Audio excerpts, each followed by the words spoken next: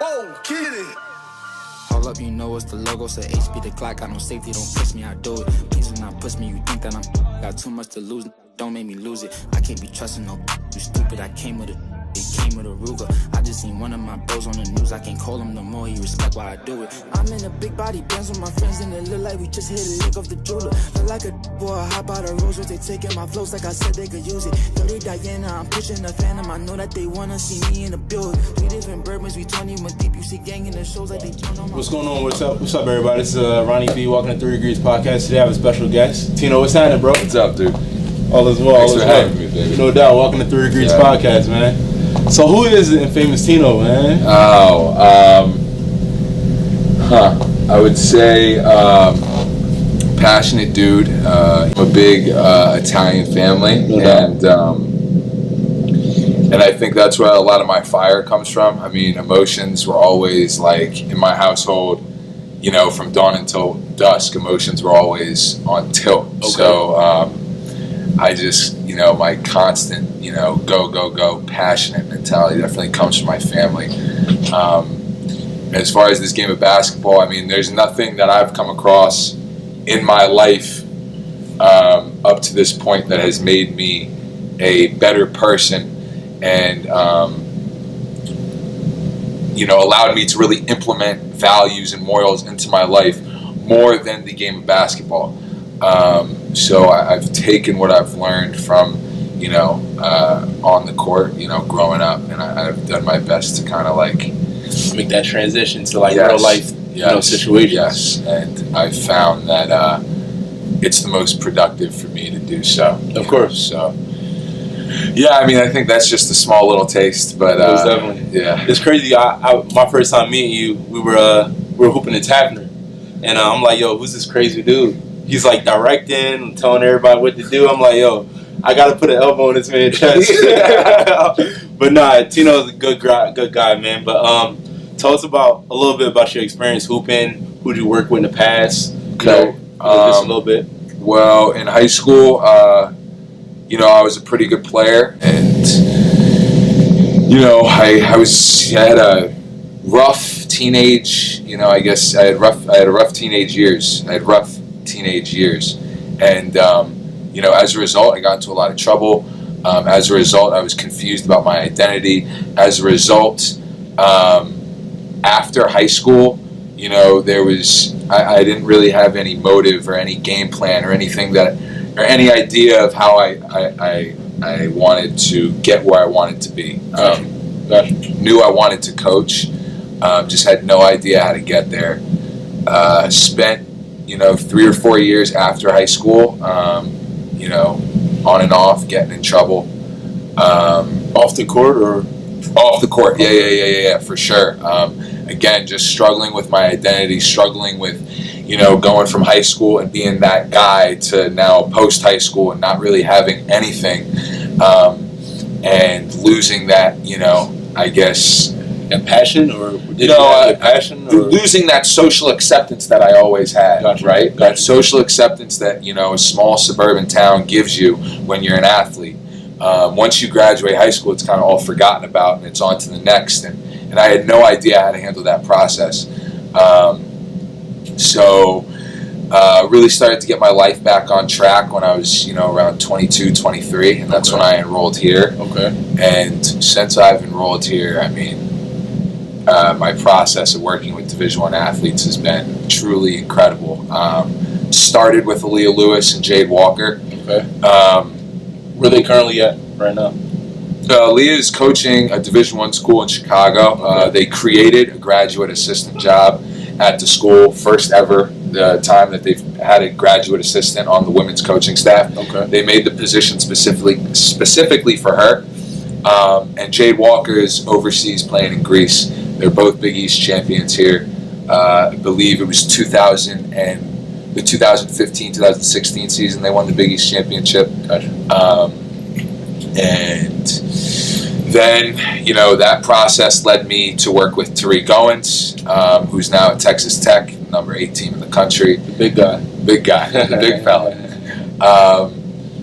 And that, you know, my relationship with Tariq led to my experience with Alyssa and Marvin Clark and Mustafa Heron and Justin Simon. And, this is what I think the greatest thing, and I'm going to shut up after this, I think the greatest thing about my relationships on the court with all these people, Gotcha. the relationships off the court with Alyssa, Marvin, Justin, Tariq, Jason Brower, Aaliyah Lewis, Jade Walker, these are my best friends. These are my most valued relationships. And again, that comes from the game of basketball and the combination of what Tariq, Alyssa, Jade has been taught and what I've been taught, and then, getting each other better off the court as well. So I can't even really put into words what my experience in this school has done for my coaching career. I can't even. It's unbelievable. Do you think that personal experience with your athletes helps you become a better trainer? 100%. I think. Do you think that separates you from other trainers? I think my relationships with the athlete separate me from other trainers. We got all my relationships in all my life, all of them. It's a two-way street. I'm never. It's never more favored on one end or more favored on the other. And I've been able to understand simple wins. When you're working with Division I athletes, everyone wants to, do 360 windmills and shoot 28 footers. And through my work with Greg St. Jean, who's an amazing coach on the men's side, through my work with Mark Williams, Talik Brown, who's the player development guy at UConn, I've learned that simple wins, and I think these athletes appreciate that. They appreciate that I'm not. It's not this rocket science thing for me. Simple. Yeah. What are your future goals, aspirations? What do you see yourself? Oh man, I want to be at the pinnacle of college sports, right? And the pinnacle is, raising that national championship trophy. I want to have my own program, right? I want to, these. It would be, and I've said this before. I think to call that a dream for me, it would be selling myself short because of the amount of work I've put in over the past 5 or 6 years. I'm going to get there one day. I have no doubt. I don't know about the process and how I'm going to get there. The process is beautiful, though. Yeah, the process is beautiful, and a lot of times I find myself wanting things on my time, and I've come to the understanding it's on the man above's time, right? And it's most very rarely on mine. So timing is key. Facts. Timing's key, and I'm just continuously trying to, every basketball relationship I put myself in, I invest myself to the max, and that's all I can really do right now. But yeah, that's the goal long term. Short term, whether it's having my own high school program, being a GA here, and then, climbing the ladder wherever. I don't know what the process looks like, but I do know I'm busting my hump every day. So. Hey guys, I'm Rosie. Welcome to Qdoba. Today I'm going to show you how to make a mango chicken salad.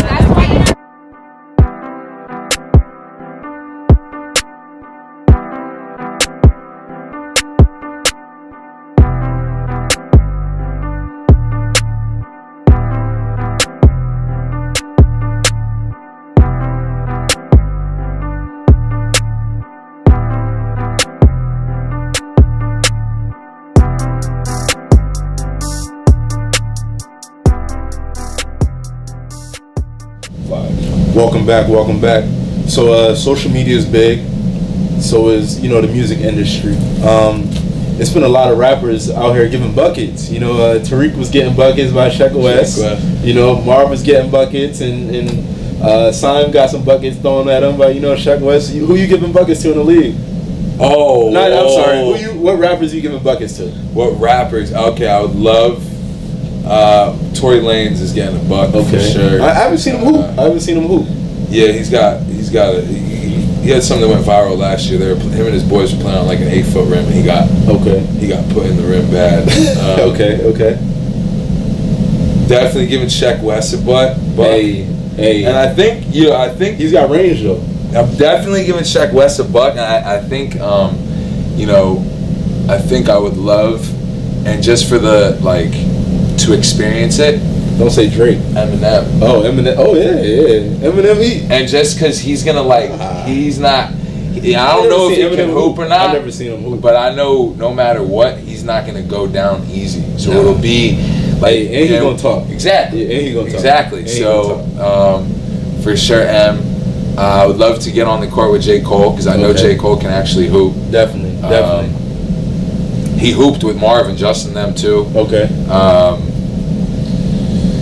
Outside of that, man, I wouldn't want to hurt any of these dudes' psyches, really.